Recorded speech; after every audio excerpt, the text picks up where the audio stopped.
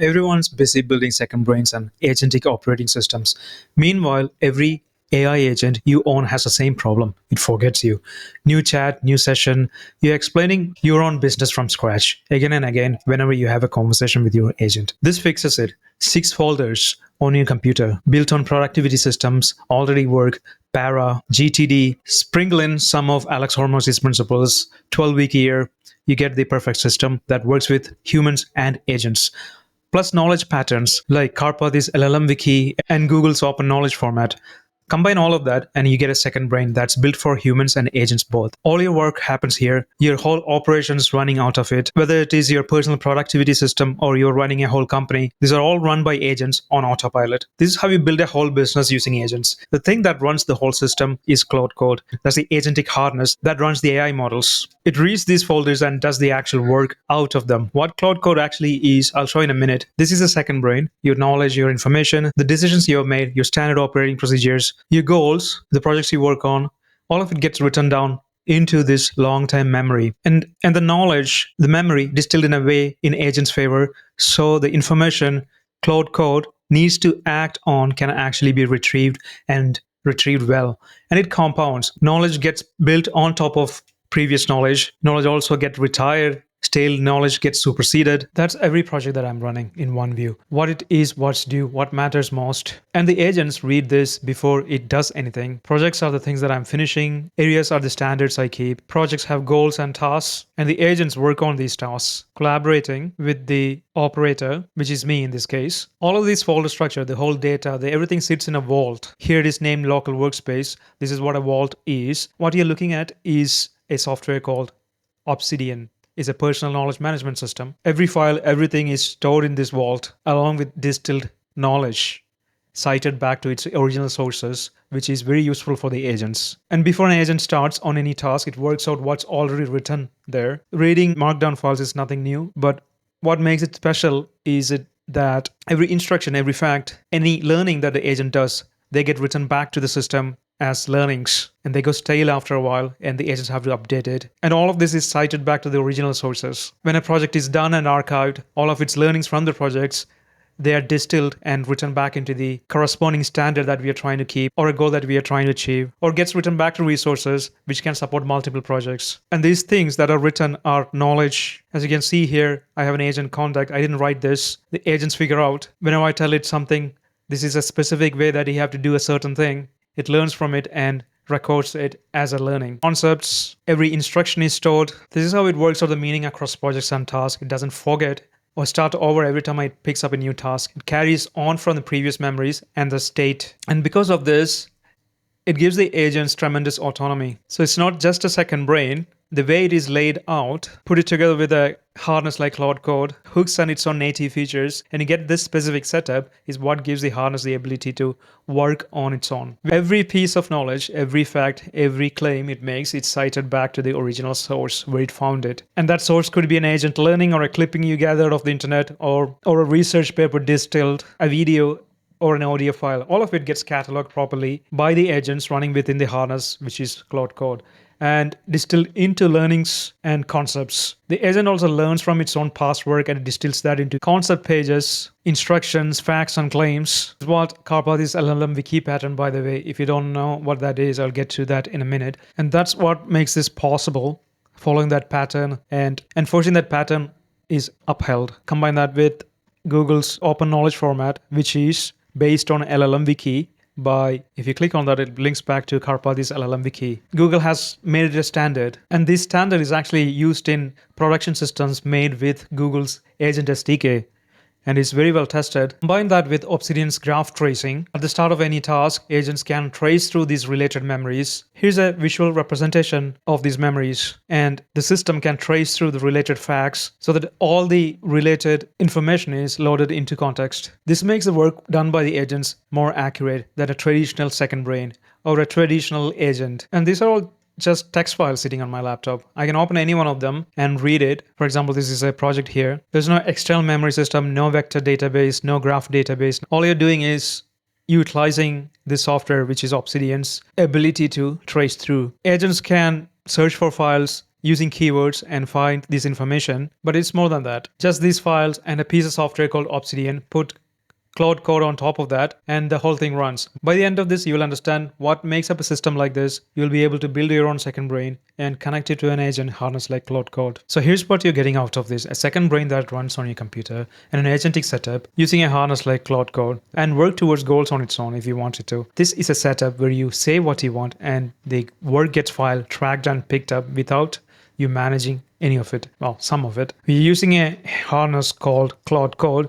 Don't be put off by the word code in here. It's just an agent. You'll barely do any coding. In fact, we won't do any at all. This is all just plain English. All the instructions given to Claude Code are in plain English. Claude Code can actually run your entire business despite having the name code in its name. All it needs is a long-term memory and a set of instructions on how to operate, and a way to automatically wake up, align, and act on tasks. Currently, it is generating leads for me, does my email outreach, LinkedIn connects, aligning the systems to my goals. Also using skills to do techniques like dreaming to keep the system accurate. Lead generation, my content leaderboard, everything is handled. It surfaces what to talk about, what content to publish, downloads my content that I have bookmarked in social platforms and repurposes them. All of it is set up in the system. In fact, it writes new goals and finds new projects. It learns as it goes and it improves itself over time. And that structure you just saw is the whole thing. Markdown files, which are just text files. With a software like Obsidian on top of it, you can have a peek at what's getting stored. Think of it like an office. The harness is the office itself, the desk, the phone line, the keys to the filing cabinet. The model is a person you sit at that desk. On its own, it can think and talk, and that's about it. The tools are the equipment, the phone, the keys, the computer. Hand the person the equipment and they can actually get the work done. That's the moment a model becomes an agent. Claude Code is one office, Codex is another, Cursor is another. That's all a harness is. Somewhere for the agent to sit and the tools to do the work. Now the harness isn't yours. You didn't build it and you can swap it out. What's yours is the other half. That's what we are building in this course. It's a folder. Inside it, your memory, everything your business knows, your company's knowledge base, your instructions, how you want things done, your routines, the jobs that run on their own on a schedule, and your hooks, which just means things that fire automatically to keep the system sane. Loading the right things at the right time into the memory and storing what happened back into the system. But that's not all hooks can do. That's just one example. Memory persistence and loading, which is what we are using them for here. Carry on with the office picture. The harness is the office and the equipment. This is the staff handbook, the filing system, and everything the company has learned. Swap the office, but you keep all of it. And here's the connection, which is simpler than most people expect. The harness can read your file system, your actual folders on your actual computer. So it reads all of that and it acts on it. That's the whole connection. Now, having the folders doesn't make it agentic. This is usually where people get confused. The folders and the files inside them make your second brain. And the second brain isn't agentic automatically. It's just that these models are very good at reading text files. That's how the two connect. Combine the second brain with an agentic system, the harness, with its ability to read and write files, and the second brain's ability to link things together, and you get a solid graph memory system. The folder of notes is a folder of notes. It doesn't do anything on its own. It becomes a system. When the harness is reading it, the routines are running, and something is writing back what it's just learned. So the folders are the first step, not the whole thing. You need them and the harness working together. And what we are really doing is building your own system on top of the harness. And filling the gaps, it leaves with our own skills. Skills are just instructions, but the word means something specific like Claude Code. It's a standard. They get loaded by it and doesn't pollute the context, which we'll get into in a minute. And these skills have to be written in a certain way to become skills. And it's not just skills, it's a memory too. The other file serving the harness as its long-term memory. So that's the first move, learning how this is all structured, making these folders. Next up, we will get into why these folders and why not some other folders? Why these 6 specific folders with these specific names? Our second brain uses a system called Para plus GTD. These are the Para folders neatly organized. Projects, areas, resources, and archives. The Para system is by Tiago Forte. He has written in length about this method in his book, The Para Method and Building a Second Brain. So if you want deep dive, do check out his books. Every other system sorts by subject, the information you collect, projects that need doing. That's why everything you own ends up in three plausible different places at once. Is this not marketing note, something related to client work, or something else? Para sorts by actionability. How soon does this matter? And that's a very easy question to answer. Do you want it done now or sometime in the future? So let's start with the most actionable folder, projects. Each project is an outcome that you or your agents are committed to. What consumes our active attention day to day? The project also has a deadline. Areas, a responsibility with a standard or multiple standards that decays if ignored. For example, weekly review in my case. Every week this needs to be done. So that's an area for me, but doesn't have an end date. A project has an end date and an outcome. I have all the guidelines on weekly review, all the standards and guidelines distilled by the agents into these areas. I did not write this by hand. The more you talk to your agent, they distill this information, your instructions, etc., into the area, into the relevant folders. The outputs of weekly reviews go into an output folder. And if I want to drop in anything raw, a video or an audio file, that goes into the raw file here. If you want to know more about this kind of structure, you can look into Google Open Knowledge Format, where you have this concept of bundles. It's not super important in our context, where we are trying to create this agentic second brain. Then we have resources. A resource is a topic or an interest that may be useful in the future. A topic that keeps serving future work. In my resources folder, I have assets, attachments, thumbnails created as part of other projects, some general guidelines and knowledge that can contribute to multiple projects, my Substack pipeline, outreach pipelines, things like this. Again, it's not strictly resources from Parasystem, but it generally follows that. Everything completed, on hold, the least ones in actionability, they go to archives here. If I go to projects here, you can see all the backlog, completed, failed, monitoring, different statuses, superseded. We do have resources that went stale or no longer relevant. They're also moved to archives. Finished goals, they also go here. These are the inactive items from other three categories. If it doesn't fit into any of the other categories, chances are it fits into archives. Anyway, this isn't a lesson on Para. Read up on it if you want to know more. On his blog page from the Forte Labs, the company Tiago Forte runs, you have a good explanation video here, how he organizes files, and his YouTube is full of this kind of videos, so you can have a look there. But that's it in a nutshell, based on actionability. These are divided into 4 categories. The difference is that in our system, we run 6 folders. Para has 4. We added an inbox folder, a goals folder. These were borrowed from GTD. GTD, getting things done, is another methodology by David Allen. Again, you don't need to know the entire system. The Para is mainly for organizing information based on actionability, where GTD more focuses on doing it. So inbox is everything that enters into the system, and the agents triage it, and that end up in one of these 4 categories, and each project themselves, for example, this course itself that I am doing right now, have its own intake mechanism. So any resources that it finds useful, it will put in the raw folder. And again, the raw folder contains raw research. That is what we interact with. We don't touch anything else. We touch output sometime, but everything else is agent operated, which brings us into goals. Goal again is borrowed from GTD. GTD calls goal a horizon above areas. They have an end date similar to the end date that projects have. Well, in GTD, we don't have end dates for projects, but in Para we do. In goals, in our version, we have an end date, a deadline. There's no strict need for this, but I like having longer goals, which doesn't fit into shorter term goals and outcomes that I'm committed to, which are executed via the projects system. These are more sort of bigger goals, longer goals, like a quarterly goal, something like grow my YouTube to 1,000 subscribers, doesn't really fit as a project, because projects are short-lived. Inbox captures your random thoughts, ideas, and standards to maintain. Everything enters through inbox, gets emptied by triage, and goes into one of these 4 categories. And you may have noticed this numbering in front of these folders. They force the sort order because the file browser sorts by name. Inbox at the top, then goals, projects, areas, resources, and archives all fall in line in the Para order. You don't have to use them if you don't want to. I like having them in order. I can use sort by file name in Obsidian. Let's get into these 4 categories a little bit more. A project is a series of tasks linked to a goal with a deadline, because a project with no end date can never fail. Nothing ever forces the call to finish it, promote it, or kill it. It sits on the board looking like work while it eats a ranking slot. So both systems, Para and Getting Things Done, GTD, have the concept of projects. There is a slight difference here though. GTD can have single actions that mark the execution of a single thing. And it also says projects are outcomes that require multiple steps to complete. We don't keep orphaned single tasks. Even if it's just one action item, it goes as part of a project.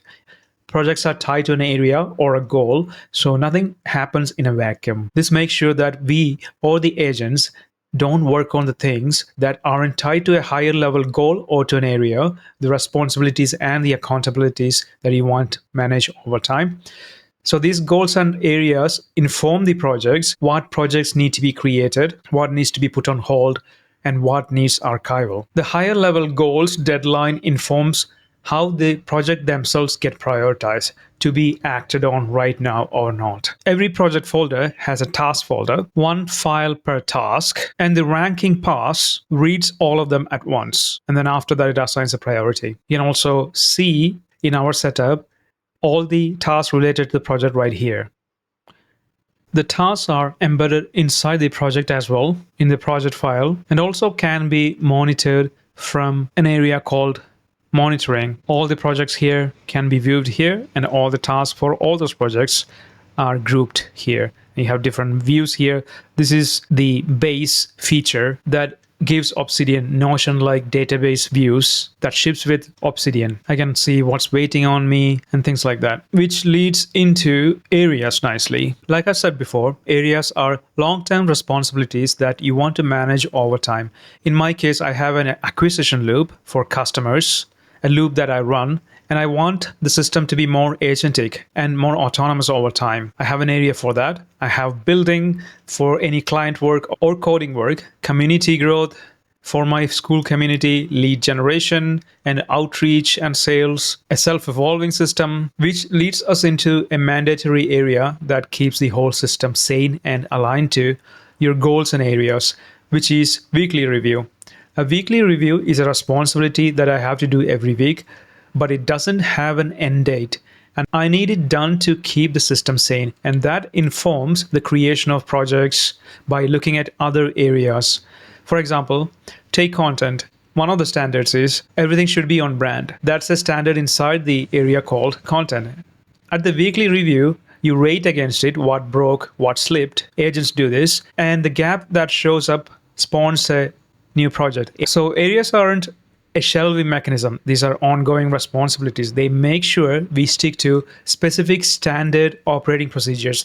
It's actionable just at a level below, lower in actionability than a project. In each one of these areas, you can see all the projects associated with that. Projects acquisition loop, for example, prioritized. And you can see the tasks under that area, what's being currently done as well. Each area has a task base as well. So these are bases. These work pretty much like Notion databases. You can add filters, hide and show different properties, create new views, apply sorting, create multiple views and layouts, so on and so forth. So that is Obsidian feature called bases. It's a core plugin built into Obsidian.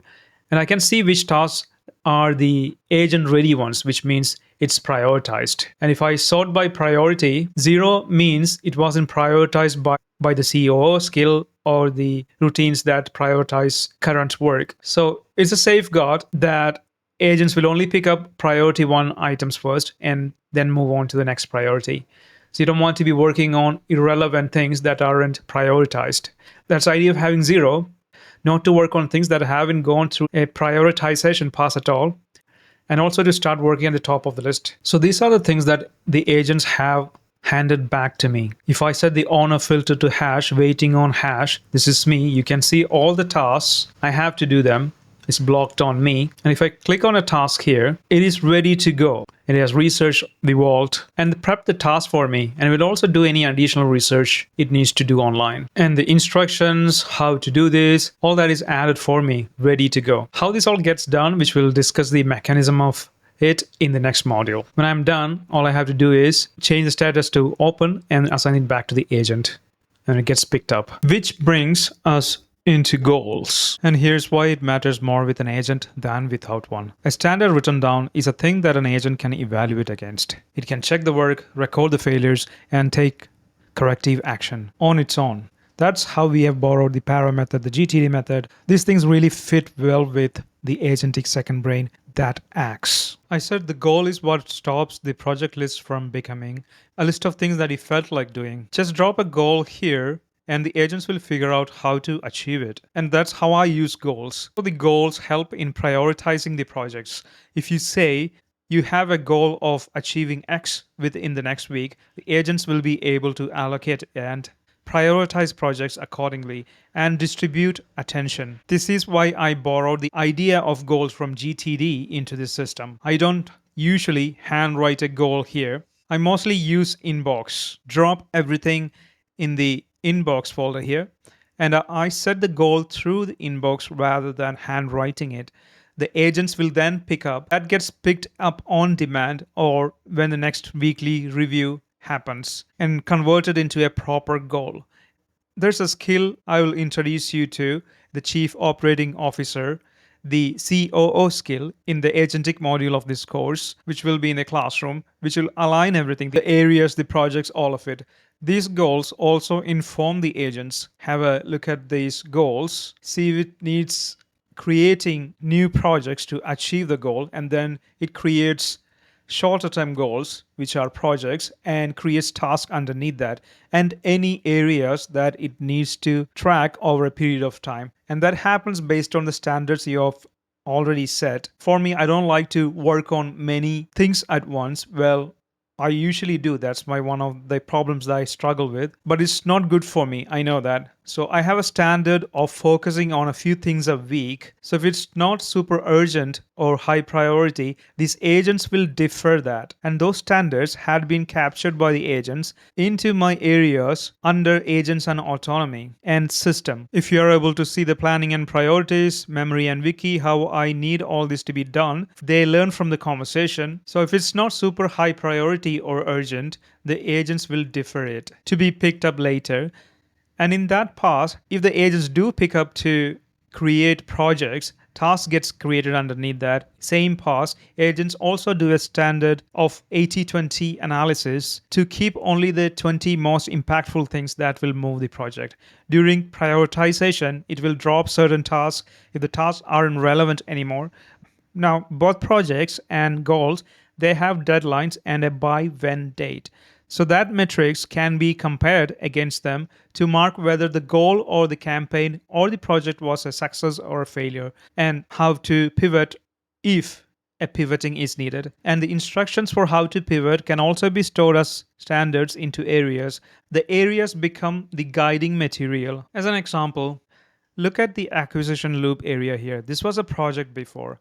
When I wanted to try out social media sales, social selling, it ran for a week, and after the run, when the project got archived, all of the learnings that were in the projects, they were captured back into the system. What needs to be done going forward under what the runs taught. And it found some viral formats, and that goes into the output folder as a library. So it consults this from now on whenever the acquisition loop runs again. This is what people were talking about loop engineering a couple of weeks ago. The agents themselves can write these loops, run something, identify a gap in the system, run some experiments. So if I add a goal, I want to do X by the end of this quarter, something like this, the agents can go and stand up the areas and projects for it, execute autonomously and assign me the task. And at the end of it, gather all the learnings, see if it is worth keep doing it and keep doing it. So that's your first move.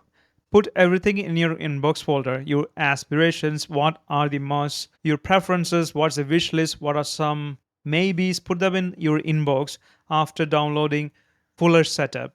That's where you start. And the agents will categorize this. You can get the fullest setup in the classroom, a cut of my own system in the fullest setup module, which will be dropping right now along with this module. So go back to the classroom and grab it. It's not the agent starter kit, it is a fuller setup. Also, if you want the resources attached with this course is in my school community. Check it out there if you're watching this on YouTube. So that concludes this one. Next up is to actually make it agentic and I'll explain you how all this works. I'll catch you there. In the meantime, feel free to play around with the agentic setup. In the next module, we will discuss about the specifics of how the system works in an agentic fashion when hooked into a harness like Claude Code. By the way, all the links are in the description below if you're watching this on YouTube. And check out my community.